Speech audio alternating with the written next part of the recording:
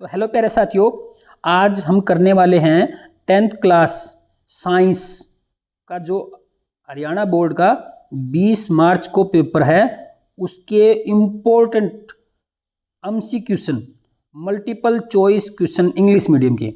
Hindi medium के इसके बाद करवाएंगे। ये वेरी इंपॉर्टेंट है भाई, इनको अच्छे से कर लेना। 90% इसी में से आने की संभावना है या इससे संबंधित आएंगे। मैं आपको अच्छे से समझाऊंगा। ये वीडियो लंबी भी हो सकती है तो बड़े ध्यान से देखना है। इसमें आपको कोई दिक्कत नहीं आएगी। आपका कोई भी मल्टीपल चॉइस क्वेश्चन है आप अच्छे से अटेम्प्ट करके जाओगे। और सारी जितनी भी है, चाहे वो हिंदी मीडियम की हैं, चाहे वो MCQ मल्टीपल चॉइस क्वेश्चन हो, चाहे वो शॉर्ट क्वेश्चन हो, चाहे लॉन्ग क्वेश्चन हो, आने वाले 3-4 दिन में आपको भरपूर मात्रा में आपको इसकी वीडियो मिलेंगी साइंस की। तो इस चैनल को सब्सक्राइब कर दें और सभी बच्चों को शेयर कर दें ताकि आपके साइंस में कहीं भी कोई दिक्कत नहीं आने दूंगा। ये मेरी गारंटी है। मैं बहुत मेहनत करके आपके सामने ये क्वेश्चन लेके आया हूँ, तो इसको आप जरूर देखें। तो पहला इसमें क्वेश्चन है, चैप्टर वाइज ये क्वेश्चन है। उसमें पहला जो क्वेश्चन है वो क्या है कि why are oil and fat containing food item flushed with nitrogen.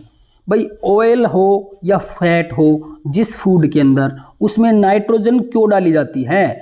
तो किस लिए डाली जाती है? To prevent their oxidation. क्या होता है, जैसे आपने कुरकुरे या चिप्स की पैकेट देखी होंगी, वो फूले हुए होते हैं। वो फूले हुए इसलिए होते हैं उनके अंदर नाइट्रोजन भरी हुई होती है। और नाइट्रोजन ऐसा पदार्थ है जो ऑक्सीडेशन से रोकता है। ऑक्सीडेशन नहीं होगा तो वो जो ऑयल होगा या फैट होगा वो खराब नहीं होगा, जिसके कारण वो कुरकुरे चिप्स हैं 3-4 महीने सालों तक वो ठीक रहते हैं। तो आपका आंसर ये हो गया। पहला ऑप्शन क्या हो जाएगा इसमें? B option. ऑक्सीडेशन को बचाने के लिए उसके अंदर क्या डाला जाता है? नाइट्रोजन डाला जाता है। उसके बाद अगला है अगला क्या है? Silver bromide. और उसको सनलाइट में जब लेके जाएंगे तो क्या हो जाएगा? सिल्वर और ब्रोमीन में अलग अलग हो जाएगा। तो ये क्या है? The above mention reaction. ये रिएक्शन किस प्रकार की है या किस में यूज होती है, किस में प्रयोग की जाती है? तो ये की जाती है ब्लैक एंड व्हाइट फोटोग्राफी।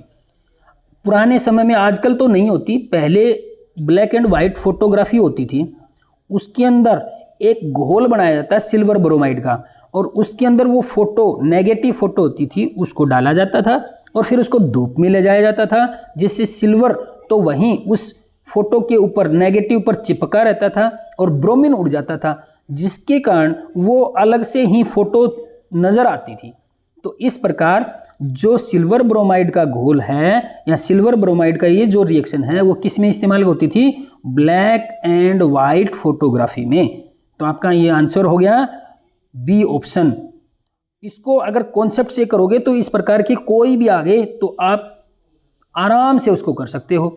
या इसकी जगह सिल्वर ब्रोमाइड की जगह हो सकता है सिल्वर क्लोराइड आ जाए, सिल्वर क्लोराइड भी आ सकता है, लेकिन ज्यादातर क्या आएगा? सिल्वर ब्रोमाइड ही आएगा।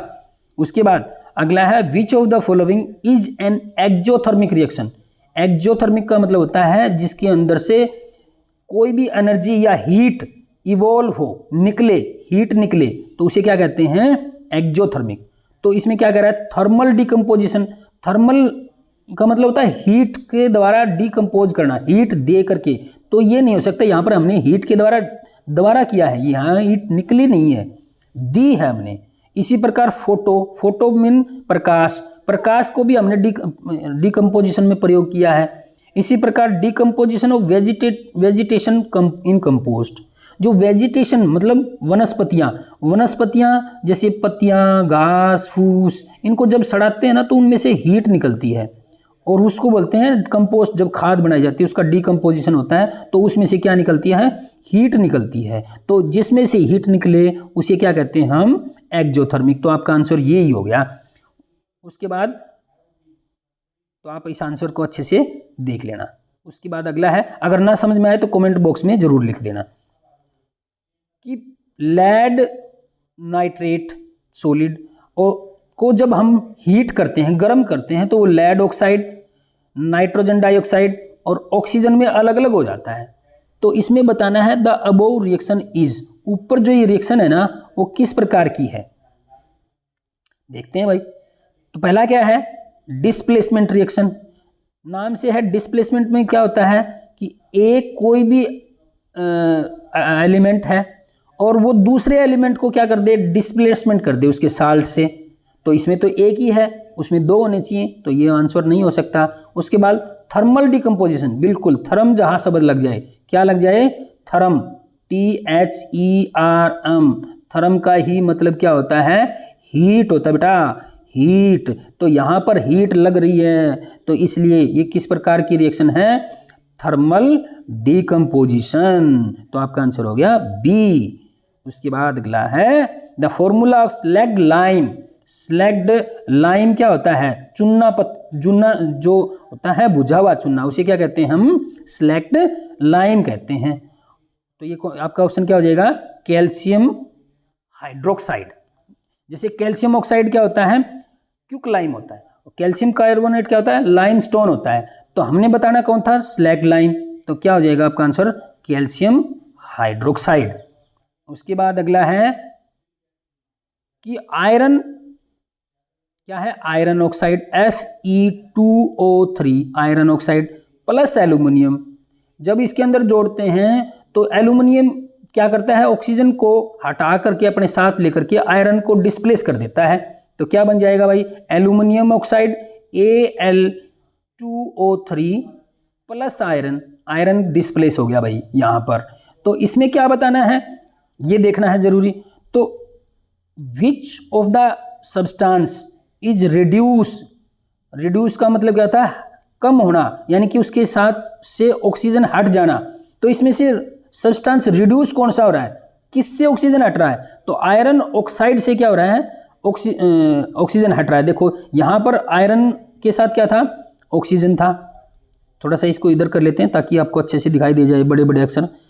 आयरन ऑक्साइड था यहाँ पर, और यहाँ पर क्या हो गया, आयरन, यानी कि आयरन से ऑक्सीजन जुड़ा हुआ था, हट गया। तो यहाँ पर रिड्यूस कौन आ रहा है, आयरन ऑक्साइड। इस प्रकार का एक क्वेश्चन जरूर आएगा भाई। उसके बाद अगला है आयरन, फिर वैसे ही है, iron oxide plus aluminium plus क्या करेगा, एल्यूमिनियम ऑक्साइड प्लस आयरन। तो अब वो रिएक्शन, ये रिएक्शन का टाइप बताना है। तो नाम से ही भाई डिस्प्लेसमेंट रिएक्शन है, तो किस प्रकार का ये, आपका आंसर क्या हो जाएगा, डिस्प्लेसमेंट रिएक्शन। अगला है in a chemical reaction when a substance gain oxygen and the process then the process is said to be. देखो जिसमें गेन ऑफ ऑक्सीजन हो तो उसको हम ऑक्सीडेशन कहते हैं, और जिसमें लॉस ऑफ ऑक्सीजन हो तो उसे हम रिडक्शन कहते हैं। तो इस प्रकार हम देखते हैं भाई, इसमें कौन सा हो गया, नाम से ये गेन ऑफ ऑक्सीजन का मतलब ऑक्सीडेशन। तो आपका आंसर बी हो गया इसमें। अगला है कैल्शियम ऑक्साइड प्लस वाटर, क्या बन गया, कैल्शियम हाइड्रोक्साइड। तो इसमें देखो यहां पर भी दो हैं और दो करके क्या हो गया, एक बन गया। तो जब दो रिएक्टेंट जुड़कर एक सिंगल बनते हैं तो उसे हम क्या कहते हैं भाई, कॉम्बिनेशन रिएक्शन। और इसमें एक और भी है भाई, जब भी कैल्शियम ऑक्साइड और वाटर को मिलाया जाता है तो प्लस में हीट भी निकलती है, तो इसे हम एक्जोथर्मिक रिएक्शन भी कह सकते हैं। अगर दोनों आ जाएं तो आपको दोनों बताने हैं, और एक आ जाए ऑप्शन में तो एक बताना है। तो ये दोनों प्रकार की है, क्योंकि बहुत सी ऐसी रिएक्शंस हैं जो एक ही प्रकार रिएक्शन 2 या 3 प्रकार की हो सकती हैं। तो इसमें देखते हैं भाई, एक्जोथर्मिक रिएक्शन बिल्कुल है भाई, ये तो एक्जोथर्मिक रिएक्शन। अगला एंडोथर्मिक रिएक्शन नहीं, इस एंडोथर्मिक रिएक्शन नहीं है। डबल डिस्प्लेसमेंट ये भी नहीं है, डिकम्पोजिशन ये भी नहीं है। देखो इसमें कॉम्बिनेशन रिएक्शन अगर आ जाता है तो हम दोनों पे निशान लगाते हैं, लेकिन इसमें कॉम्बिनेशन रिएक्शन नहीं आया, तो केवल क्या है ये, एक्जोथर्मिक रिएक्शन, क्योंकि इसमें हीट निकलती है। देसी भाषा में आपने देखा होगा, चूना जो सफेदी वाला पत्थर आता है उसको जब जल में डालता है, सफेदी वाले चूने को ही क्या कहते हैं, कैल्शियम ऑक्साइड कहते हैं। और जब उसको जल में डालते हैं तो देखा होगा उसमें हीट निकलती है बहुत, उसको हाथ भी नहीं लगाया जा सकता, इतनी हीट निकलती है। तो इसीलिए इसको हम एक्जोथर्मिक रिएक्शन कहते हैं। उसके बाद manganese oxide plus hydrochloric acid, manganese chloride plus water plus chlorine, ये टूट गया भाई, अलग अलग हो गया। तो ये देखो नाम से ही है, इसमें कॉम्बिनेशन में तो क्या बनेगा भाई, यहाँ सिंगल होना चाहिए तो ये हो नहीं सकता। डिकम्पोजिशन, यहाँ सिंगल होना चाहिए, ये भी नहीं हो सकता।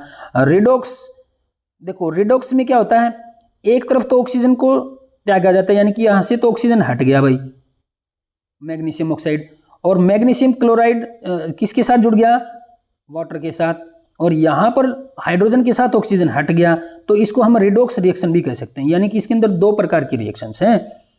और इसमें अगर बात करें डिस्प्लेसमेंट में क्या होना चाहिए, एक जो होता है एक मेटल होनी चाहिए और दूसरा मेटल साल्ट होना चाहिए, ऐसा भी नहीं है। तो आपका आंसर क्या हो जाएगा, रिडॉक्स रिएक्शन है ये, एक प्रकार की रिडॉक्स का मतलब जिसमें ऑक्सीडेशन और रिडक्शन दोनों एक साथ हो रहे हों, यानी कि यहाँ पर क्या हो रहा है, रिडक्शन, सॉरी ये मैग्नीशियम क्लोराइड के साथ क्या हो रहा है, रिडक्शन, और यहाँ पर क्या हो रहा है, ऑक्सीडेशन। तो इस प्रकार ये दोनों हैं। अगला है the chemical formula of ferric oxide. ध्यान से देखना भाई, फेरिक अगर आ जाए तो इसका मतलब दो होंगे, जो आयरन की वैलेंसी होगी, फेरिस, Fe को हम फेरस भी बोलते हैं। फेरिक आ जाए तो 3 और फेरस आ जाए तो 2, फेरस आ जाए तो 2 और फेरिक आ जाए तो 3 होगी। तो नाम से ही है, देखो आयरन ऑक्साइड तो ऑक्सीजन के साथ कितना चला गया, 3 होगा तो उसको फेरिक बोलेंगे, अगर 2 होता तो क्या बोलते, फेरस बोलते। तो ये ध्यान से देखना है। अगला है सोडियम सल्फेट, क्या है, sodium sulphate plus barium chloride, क्या बनेगा इससे, बेरियम सल्फेट सोडियम क्लोराइड। देखो यहाँ पर क्या हो रहा है, आयनों की अदला बदली हो रही है, यानी कि सोडियम के साथ सल्फेट था वो बेरियम के साथ चला गया, और बेरियम के साथ क्लोराइड था वो सोडियम के साथ चला गया। तो यहाँ पर आयनों की क्या हो रही है, अदला बदली होती है, और जब आयनों का एक्सचेंज होता है तो उसको हम डबल डिस्प्लेसमेंट कहते हैं। तो आपका आंसर क्या होगा भाई, double displacement reaction. Very good. उसके बाद अगला है which of the following statement is incorrect in the reaction given below. इसमें इनकरेक्ट बताना है। तो रिएक्शन दे रखी है, क्या दे रखी है, आयरन लेड ऑक्साइड, क्या है, लेड ऑक्साइड प्लस कार्बन, और ये क्या बन गया, लेड प्लस कार्बन डाइऑक्साइड बन गया। तो इसमें से आपको कौन सी छाटनी है, इनकरेक्ट छाटनी है।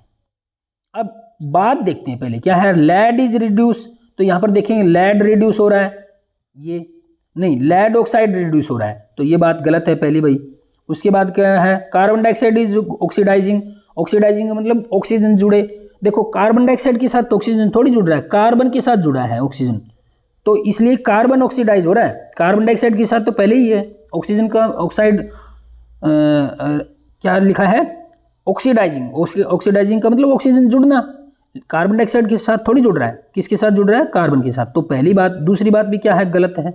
तो आपका आंसर क्या हो जाएगा कि बोथ जो है, पहली भी और दूसरी भी दोनों ही गलत है। तो आपका आंसर आ गया ए ऑप्शन, ए एंड 2 दोनों ही क्या है, ये आपकी गलत बात है। उसके बाद अगला है the chemical formula of zinc sulphate. Zinc sulphate का फॉर्मूला क्या होता है, ZnSO4, ZnSO4, ये क्या होता है, जिंक सल्फेट का फॉर्मूला होता है। उसके बाद the combustion of coal is a reaction. भाई कंबंशन में होता है जलाना, और जलाते हैं तो भाई हीट निकलेगी, तो नाम से ही लग रहा है। तो ये किस प्रकार की होती है, अच्छा कोल को जलाना है, कोल को जलाना है तो कोयला में क्या होता है, कार्बन, और कार्बन के साथ क्या होता है, ऑक्सीजन, और क्या बनेगा, कार्बन डाइऑक्साइड। अब देखो कार्बन डाइऑक्साइड यहाँ पर डबल थे और यहाँ सिंगल है, तो ये कॉम्बिनेशन रिएक्शन भी हो सकता है। हीट निकली तो ये क्या हो सकता है, एक्जोथर्मिक रिएक्शन भी हो सकता है। तो ये तो आंसर क्या हो गया, दोनों हो गया, बोथ, दोनों ही क्या है, कॉम्बिनेशन रिएक्शन भी है और एक्जोथर्मिक रिएक्शन भी है। तो ये ध्यान से देखना है कि ये दोनों है या अकेला है। अगला है ए शाइनी ब्राउन कलर एक्स। भाई एक एक्स कोई मेटल है, कोई भी पदार्थ हमें नहीं पता भाई, और वो ब्राउन कलर का है। ठीक है भाई, बात समझ में आ गई। देखो समझने का तरीका बस यही है, थोड़ा थोड़ा करके समझते जाओ, आंसर आ जाएगा। अगला है द एलिमेंट एक्स इज, तो वो एलिमेंट कौन सा हो सकता है, देखते हैं भाई। पहला देखते हैं आयरन। आयरन तो देखो थोड़ा सा ब्लैक कलर का होता है, कॉपर होता है ना वो ब्राउन कलर का होता है, गोल्ड भी येलो कलर का होता है, एल्यूमिनियम व्हाइट कलर की होती है। तो आपका आंसर क्या हो गया, बी जो है वो एक्स होगा, जिसका रंग क्या होता है, ब्राउन होता है। भूरे रंग का। उसके बाद the chemical formula of lead nitrate, lead nitrate का फॉर्मूला क्या होता है भाई, PbN ब्रैकेट में NO3 होल स्क्वायर 2। देखो 2 क्यों लिखा, क्योंकि लेड की क्या होती है, वैलेंसी 2 होती है और नाइट्रेट की 1 होती है, तो नाइट्रेट इकट्ठा रहता है इसलिए ब्रैकेट में डालना पड़ा। तो लेड नाइट्रेट का फॉर्मूला क्या होता है, PbNO3 2। उसके बाद अगला है the combustion of natural gas is, combustion नाम से, कंबंशन का मतलब जलाना, और नेचुरल गैस जलाएंगे तो भाई हीट तो निकलेगी, तो ये एक्जोथर्मिक हो गया। एक बात, दूसरी ओर देखते भाई और भी है क्या, तो इसमें देखते हैं नेचुरल गैस में क्या होता है, मीथेन CH4, और जलाएंगे तो क्या जुड़ेगा, ऑक्सीजन। तो क्या बन गया, जब मीथेन को या कार्बन कंपाउंड को जलाते हैं तो कार्बन डाइऑक्साइड प्लस वाटर क्या निकलता है, वाटर निकलता है H2O। तो ये क्या है भाई, यहाँ पर एक्जोथर्मिक, तो यहाँ पर हीट निकल रही है, तो क्या हो जाएगा ये रिएक्शन, एक्जोथर्मिक रिएक्शन। उसके बाद the chemical formula of glucose, glucose जो हम खाते हैं खाना उसका ग्लूकोज बनता है, या मार्केट से भी ग्लूकोज आता है, उसका फॉर्मूला क्या होता है, C6H12O6। तो आपका आंसर बी हो गया। उसके बाद अगला है कि what is the colour of corroded copper, corroded जो संसारित कॉपर होता है जिसके ऊपर जंग लग गया हो, देसी भाषा में बोले तो वो उसका कलर कैसा होता है, ग्रीन कलर होता है, हरे रंग का होता है। तो आपका आंसर ऑप्शन आ गया बी। ये देखो यहां पर भी लिखा हुआ है बी है। उसके बाद from the following which one is example of chemical reaction, तो इसमें केमिकल रिएक्शन कौन सा होता है, देखो 2 प्रकार के रिएक्शन होते हैं, तो फिजिकल और एक केमिकल। फिजिकल में क्या होता है, कुछ नया पदार्थ नहीं बनता, लेकिन केमिकल में एक नया पदार्थ बनता है। तो ग्रेप्स गेट फर्मेंटेड, अंगूर जब फर्मेंट होते हैं तो उससे वाइन बनती है, तो कुछ नया पदार्थ बन गया, तो ये तो केमिकल रिएक्शन है। ब्रेक डाउन ऑफ फूड, भोजन का टूटना, जब हम खाते हैं भोजन तो वो टूटता है, अलग अलग पदार्थों में टूटता है, तो ये भी क्या है, और फिर उसको वापस भोजन में नहीं बदला जा सकता, तो ये भी केमिकल रिएक्शन है। फॉर्मेशन ऑफ कर्ड, दूध से दही बनाना, तो ये दही भी क्या है कि केमिकल रिएक्शन है। तो आपका आंसर क्या हो गया, ऑल ऑफ अबाउट। थोड़ा सा मैं फास्ट कर रहा हूं ताकि आपको जल्दी से छोटी वीडियो में ये ज़्यादा से ज़्यादा कवर हो सके। अगर फिर भी ना हो तो फिर कमेंट में पूछ लेना, मैं आपकी पूरी तरह से सहायता करूंगा, बिल्कुल अच्छे से बताऊंगा। अगला है which of the following reactions is used in black and white photography. देखो पहले भी आया था एक option black and white photography, उसमें क्या होता है भाई, डिकम्पोजिशन रिएक्शन होता है। कैसे, सिल्वर Ag सिल्वर ब्रोमाइड, और इसको हम जब लाइट में ले जाते हैं, प्रकाश, लाइट का मतलब ये नहीं होता बिजली, लाइट का मतलब होता है प्रकाश, LIGS, लाइट में ले जाते हैं तो सिल्वर और ब्रोमीन अलग अलग हो जाते हैं, सिल्वर और ब्रोमीन क्या हो जाते हैं, अलग अलग हो जाते हैं। तो देखो यहाँ सिंगल है और ये क्या है, डबल प्रोडक्ट है, तो इसको क्या बोलते हैं, डिकम्पोजिशन रिएक्शन। तो व्हाइट फोटोग्राफी एक प्रकार का डिकम्पोजिशन रिएक्शन है। थोड़ी सी अगर कहीं एक आधा बोलने में त्रुटि हो जाए तो इसमें कोई दिक्कत नहीं, क्योंकि जब बोलते हैं तो बहुत सारे स्लिप ऑफ टंग हो जाती है, तो उसको नेग्लेक्ट कर देना, क्योंकि इतनी बड़ी वीडियो बनाते समय थोड़ी बहुत गलती जरूर हो जाती है। उसके बाद which of the following shows oxidation reaction, नाम से ऑक्सीडेशन का मतलब ऑक्सीजन का गेन होना और रिडक्शन का मतलब होता है लॉस ऑफ ऑक्सीजन, तो नाम से ही है गेन ऑफ ऑक्सीजन। उसके बाद अगला है the chemical formula of magnesium oxide, magnesium oxide का फॉर्मूला होता है भाई MgO, मैग्नीशियम ऑक्साइड। उसके बाद अगला question chapter number 2, name the substance which yield bleaching powder when react with chlorine. भाई जब ब्लीचिंग पाउडर को क्लोरीन एक प्रोडक्ट होता है जिसको क्लोरीन डालने पर ब्लीचिंग पाउडर मिलता है, तो वो कौन सा पदार्थ है जिसमें क्लोरीन डालने पर ब्लीचिंग पाउडर मिलता है, तो वो है calcium hydroxide, CaOH whole square whole 2। क्यों, क्योंकि कैल्शियम की वैलेंसी 2 है। तो अगर कैल्शियम हाइड्रोक्साइड के अंदर हम क्लोरीन गुजारते हैं तो उससे हमें ब्लीचिंग पाउडर मिलता है, ब्लीचिंग पाउडर कैल्शियम ऑक्सीक्लोराइड। उसके बाद अगला है, इसको हम स्लैग लाइम भी कहते हैं।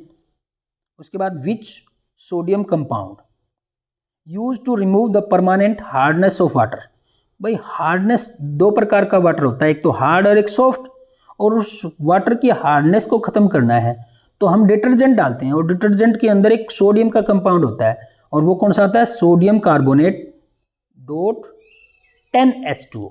तो सोडियम का या सोडियम बाइक डी ऑप्शन हो गया आपका। ये अगर हम डिटर्जेंट के अंदर जो होता है उसको अगर वाटर में डाल दें तो परमानेंट जो उसकी हार्डनेस है वो खत्म हो जाएगी, वो सॉफ्ट बन जाएगा और आपके कपड़े आसानी से साफ हो सकते हैं। अगला है, what is the common name of sodium hydrogen carbonate या सोडियम बाइकार्बोनेट।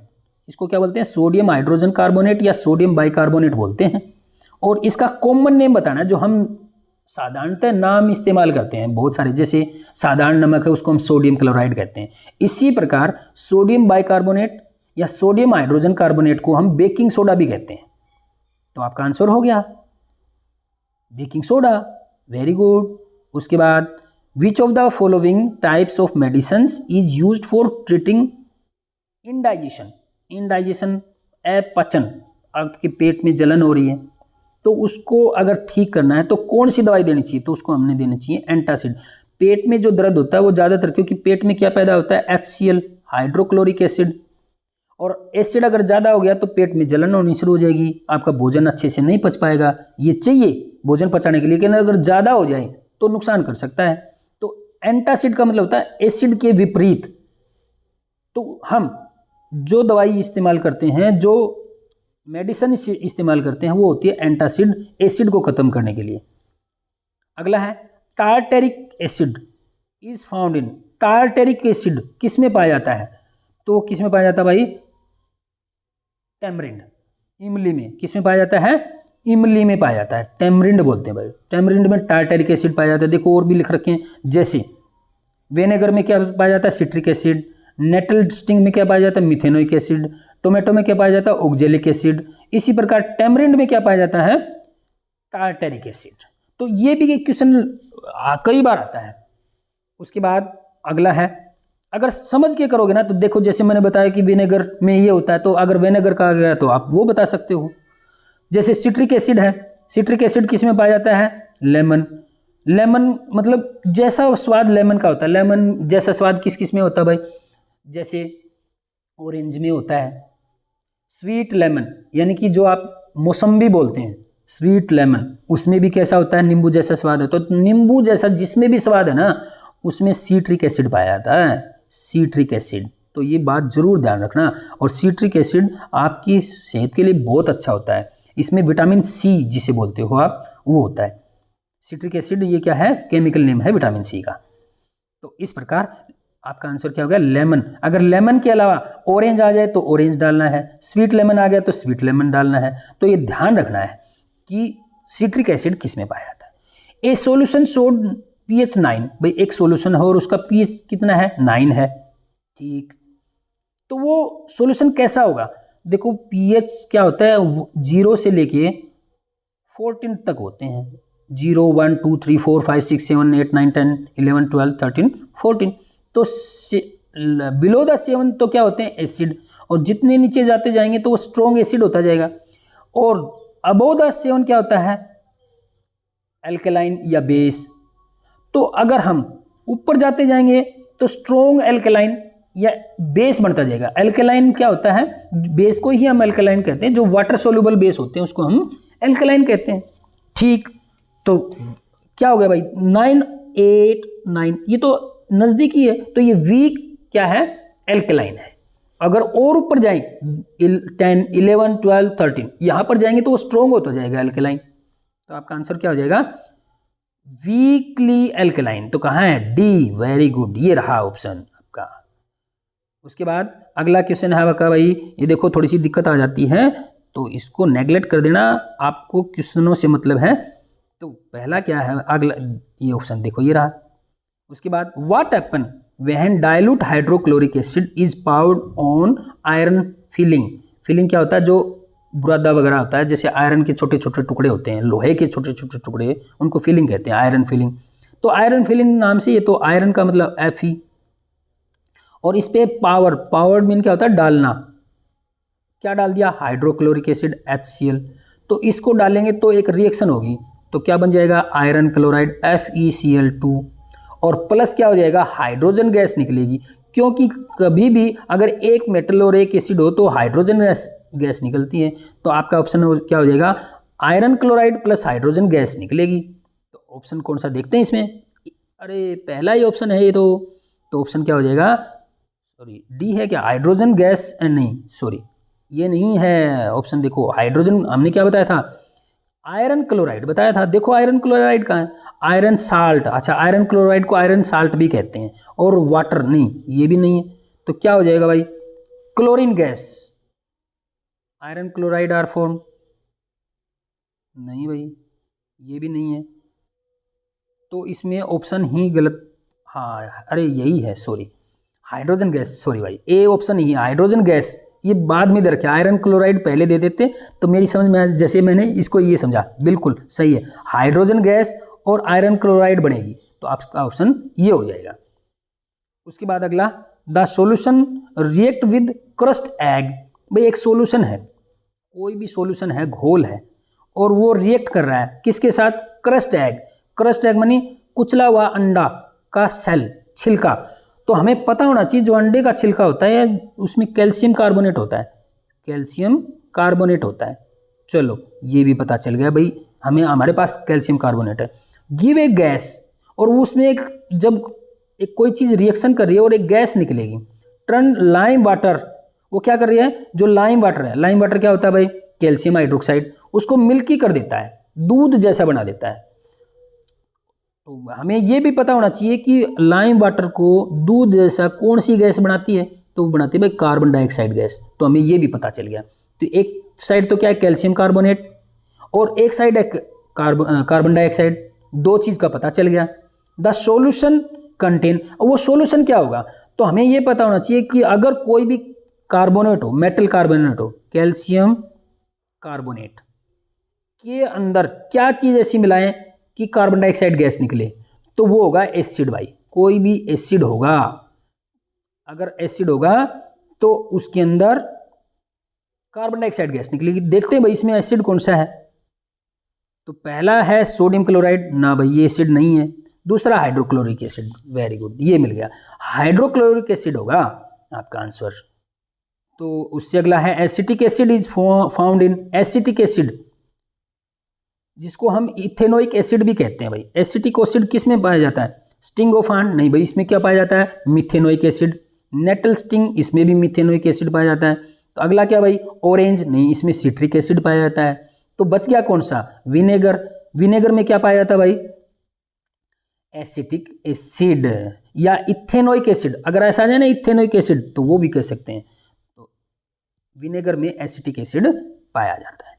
उसके बाद अगला है, which gas is usually evolve when an acid react with active metal. भाई कोई भी एक्टिव मेटल है, देखो कुछ अनरिएक्टिव मेटल होती हैं, कुछ एक्टिव मेटल होती हैं, जो कि आपको आगे आने वाले समय में बताया जाएगा।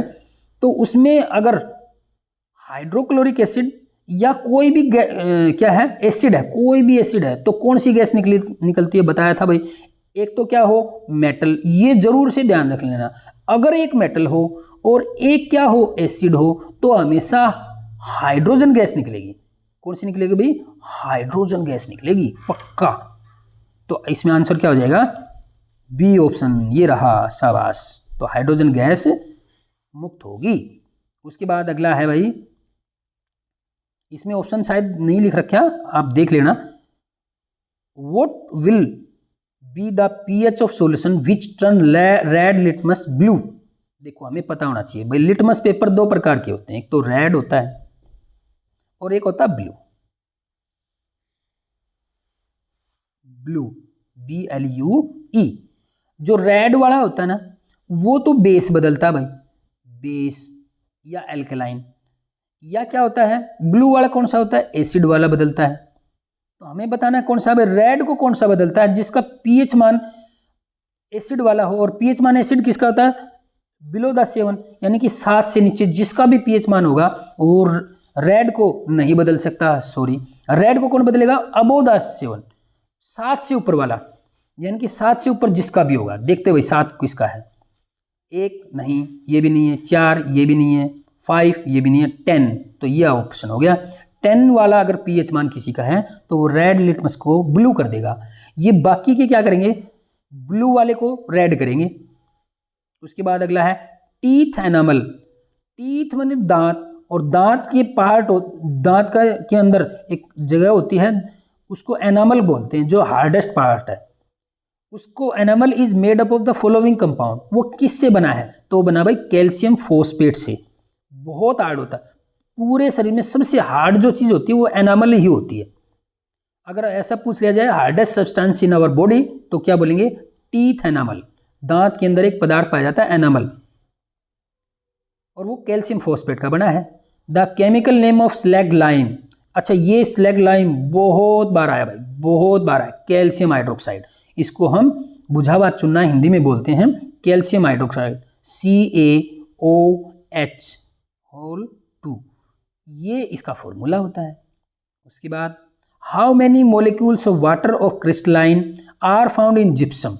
जिप्सम के अंदर कितने क्रिस्टलिन ऑफ वाटर, वाटर के कितने क्रिस्टल पाए जाते हैं, तो पाए जाते हैं भाई जिप्सम के अंदर 2, कैल्शियम सल्फेट, और उसका फॉर्मूला क्या होता है जिप्सम का, CaSO4, और क्रिस्टलाइन वाटर होते हैं 2H2O। 2 वाटर के मोलिक्यूल होते हैं, इसको हाइड्रेटेड कैल्शियम सल्फेट भी कहते हैं।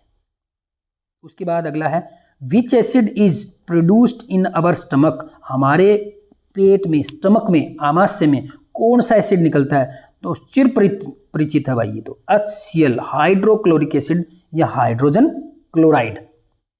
तो देखते हैं इसमें, पहला लैक्टिक एसिड नहीं, ऑक्जेलिक एसिड नहीं, हाइड्रोक्लोरिक एसिड, तो आपका आंसर क्या हो गया, हाइड्रोक्लोरिक एसिड। उसके बाद अगला है which is wrong in the following. इसमें गलत बतानी है भाई, सही नहीं बतानी, हमने क्या बतानी है, गलत बतानी। देखते हैं, सॉल्यूशन ऑफ एन एसिड, भाई एक एसिड का सॉल्यूशन है, इन वाटर कंडक्ट इलेक्ट्रिसिटी। वो अगर उसके अंदर वाटर डाल दिया जाए और इलेक्ट्रिसिटी गुजारेंगे तो वो कंडक्ट कर देगी। बिल्कुल सही है भाई, बिल्कुल सही है। तो हमने तो रॉन्ग वाली छाटनी है, सही वाली तो छाटनी नहीं, तो आपका आंसर ये नहीं होगा। P is pH mean power, P का मतलब क्या था, पावर। बिल्कुल ये बात भी सही है भाई इसकी। तो अगली देखते हैं भाई, आवर बॉडी, हमारा जो बॉडी है works in the pH range of 7.0 to 7.8। हमारा जो बॉडी है ना वो किस रेंज में काम करता है, किस पीएच पर काम करता है, वो न्यूट्रल पे ही करता है ज़्यादातर, यानी कि 7.0 से लेके 7.8। हमारे ब्लड का भी पीएच मान कितना होता है, 7.4 होता है। तो हमारा जो बॉडी है वो इसी पर काम करता है। अगर इससे कम हो जाए पीएच तो भी हमारा शरीर बीमार या मर भी सकता है कोई भी इंसान, और इससे ज़्यादा हो जाए तो भी गलत है शरीर के लिए। तो ये बात तो बिल्कुल सही है। तो अभी तक तो सारी सही आई है भाई इसकी। और देखते हैं लास्ट वाली, calcium sulphate hemihydrated is called bleaching powder. Calcium जो सल्फेट है हेमीहाइड्रेटेड, हेमी का मतलब तो आधा, वो उसको ब्लीचिंग पाउडर कहते हैं ना भाई, उसको हम पीओपी कहते हैं, प्लास्टर ऑफ पेरिस कहते हैं। ये बात इसकी बिल्कुल गलत है। तो हमारा आप ऑप्शन आ गया, डी ऑप्शन क्या है, सही है। उसके बाद अगला है which water solution is used for white washing. White washing देखो सफेदी करते हैं ना, उसमें क्या इस्तेमाल किया जाता है, सॉल्यूशन, विच वाटर सॉल्यूशन, किसका सॉल्यूशन लिया जाता है, तो कैल्शियम ऑक्साइड का एक सॉल्यूशन बनाया जाता है और वो कैल्शियम हाइड्रोक्साइड बनता है। तो हम यहाँ पर व्हाइट वॉशिंग के लिए कैल्शियम ऑक्साइड का सॉल्यूशन बनाते हैं, वो व्हाइट वॉशिंग के लिए इस्तेमाल करते हैं। और वो सॉल्यूशन का नाम क्या, अगर सॉल्यूशन का नाम पूछ लिया जाए तो वो है कैल्शियम हाइड्रोक्साइड। उसके बाद अगला है pH, the pH of N acid is, जो एसिड है ना उसका पीएच कितना होना चाहिए बताया है, 0 से लेके 14 तक पीएच मान होते हैं, और जो 7 से नीचे हैं, बिलो द 7 होता है उसको एसिड कहते हैं, और अबोव द 7 होता है उसको बेस या अल्कलाइन कहते हैं। देख लेते भाई, तो लेस या बिलो, तो यहाँ पे क्या आ गया, लेस देन 7। वाह भाई, ये क्या है, इसको एसिड कहेंगे जिसका पीएच मान 7 से कम हो। तो आंसर हो गया। चलो उसके बाद देखते हैं, the pH of an base, बताया भाई अभी, मोर देन 7, 7 से ज़्यादा तो उसको बेस या एल्कलाई। अच्छा देखो, एल्कलाई और बेस में थोड़ा सा फर्क है। जो वाटर सोल्यूबल है उसको बेस हैं, उनको तो हम एल्कलाई कहते हैं, और जो वाटर सोल्यूबल नहीं है उनको केवल बेस कहेंगे। ये ध्यान रखना है पक्का। तो इसका आंसर आ गया। अगला है चैप्टर नंबर 3। 2 चैप्टर आपके कंप्लीट हो गए भाई, बहुत सारे हैं, ये वीडियो लंबी होने वाली है, तो बने रहे। अगर ना फिर भी कोई दिक्कत है ना, तो कमेंट बॉक्स में ज़रूर बताना कि लंबी वीडियो है, समझ में नहीं आ रही, या छोटी बनाएं तो ज़रूर बता देना। उसके बाद अगला है भाई चैप्टर नंबर 3 में पहला क्वेश्चन है, which of the following metal is found in liquid state. अरे भाई, हमने सुना है जो मेटल्स होती हैं ना, धातुएं, वो कठोर होती हैं, लिक्विड नहीं होती, लेकिन एक ऐसी मेटल है जो लिक्विड होती है, और वो है मरकरी। पारा ऐसी है जैसे ऐसे लगेगा जैसे लिक्विड है, तरल जैसा लगेगा आपको। चलो अगला देखते हैं भाई, metal which can be cut with knife. अरे ऐसी भी मेटल है जो चाकू से काट सकते हैं आराम से, और वो बहुत ही रिएक्टिव मेटल है, और उसका नाम क्या है, सोडियम। सोडियम को अगर आप चाकू से भी काटोगे ना तो आराम से काट सकते हो, इतनी सॉफ्ट होती है। उसके बाद the property of metal due to which they can be beaten into thin sheet. भाई किसी भी धातु को अगर हम पीट करके, बिटन माने पीट करके, जैसे आपके टीचर करते हैं पिटाई, जिससे आपकी पढ़ाई होती है, इसी प्रकार अगर किसी भी धातु को पीटे और वो सीट में बदल जाए तो ऐसी प्रॉपर्टी को कहते हैं हम, क्या कहते हैं भाई बताओ। इसमें ऑप्शन क्या है, पहला है मेलेबिलिटी। और अगर सोनोरिटी क्या होता है भाई, अगर हम पीटते हैं और वो गूंजायमान होती है, गूंजती है। डक्टिलिटी क्या होती है, अगर हम उसको खींचे और तार बना दें तो इसका मतलब वो क्या है, डक्टिलिटी, यानी कि ड्रॉन इनटू थिन वायर, उसको हम डक्टिलिटी कहेंगे। और पीट के करें तो उसको क्या कहेंगे, मेलेबिलिटी। मेलेबिलिटी मतलब हथौड़ा मार के उसको चद्दर में बदलना। उसके बाद अगला क्या है, कंडक्टिविटी, यानी कि धातुएं जो होती हैं वो इलेक्ट्रिसिटी को कंडक्ट कर सकती हैं और हीट को भी कंडक्ट कर सकती हैं। तो इस प्रकार आपका आंसर क्या हो जाएगा, मेलेबिलिटी। उसके बाद अगला है the process of depositing a layer of zinc on iron. भाई एक आयरन है और उसके ऊपर डिपॉजिट करना है, जमाना है, यानी कि ऊपर परत चढ़ानी है, किसकी, जिंक की, उसे क्या कहते हैं। अच्छा चढ़ाते क्यों हैं, ताकि लोहे को जंग से बचा सकें। तो जिंक की परत चढ़ाने से लोहे को जंग नहीं लगेगा, और उस प्रक्रिया को हम गैल्वेनाइजेशन कहते हैं। तो आपका आंसर क्या हो जाएगा, गैल्वेनाइजेशन। तो ये आपका आंसर हो गया, वेरी गुड। उसके बाद the ability of metal to draw into thin wire, अभी थोड़ी सी देर पहले बताया था भाई, वायर में बदले तो उसको क्या कहेंगे, डक्टिलिटी, और चद्दर में बदले तो मेलेबिलिटी। तो हो गया आंसर। तो आपका आंसर क्या हो जाएगा, डक्टिलिटी है, जिसके कारण किसी भी धातु को तार में बदला जा सकते हैं। उसका अगला, which of the following metal is constituent of amalgam. Amalgam का जो कॉन्स्टिट्यूएंट है वो क्या होता है, यानी कि अमलगम क्या होता है, अलॉय मेटल होती है भाई। कुछ मेटल को मिला दें या नॉन मेटल को मिला दें तो उसे हम अमलगम कहते हैं, लेकिन उसके अंदर एक पारा जरूर होना चाहिए। अगर पारा नहीं है तो उसको हम अलॉय कहेंगे, मिलाई हुई, लेकिन अगर पारा हो गया ना तो उसको हम अमलगम कहते हैं, या मरकरी जिसको बोलते हैं, इंग्लिश में क्या बोलते हैं, मरकरी, Hg, और हिंदी में क्या बोलते हैं, पारा। उसके बाद अगला है, what is the number of water of crystallisation in copper sulphate. जो कॉपर सल्फेट है ना उसके अंदर वाटर के क्रिस्टल होते हैं, वो कितने होते हैं, 5 क्रिस्टल होते हैं कॉपर सल्फेट, CuSO4.5H2O। और जब हम उसको गर्म कर देते हैं तो वो उड़ जाते हैं, और कॉपर सल्फेट का जो नीला रंग है वो थोड़ा सा कम नीला हो जाता है।